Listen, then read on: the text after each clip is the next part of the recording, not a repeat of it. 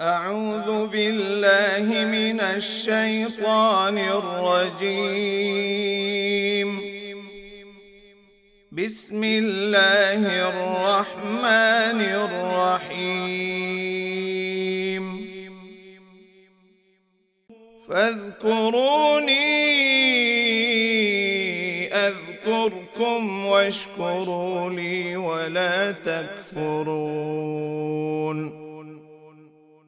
يا أيها الذين آمنوا استعينوا بالصبر والصلاة إن الله مع الصابرين.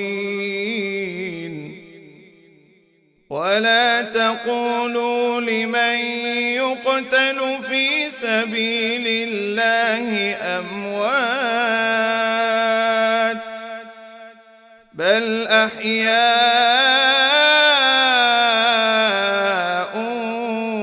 ولكن لا تشعرون.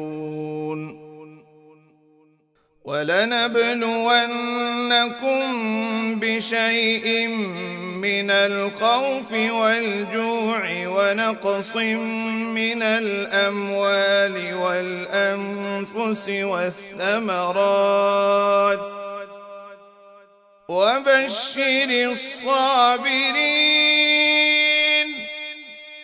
الذين إذا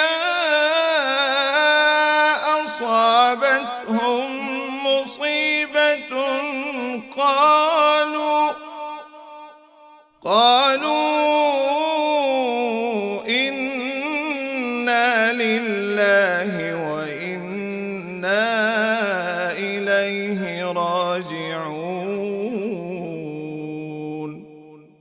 أولئك عليهم صلوات من ربهم ورحمة وأولئك هم المهتدون.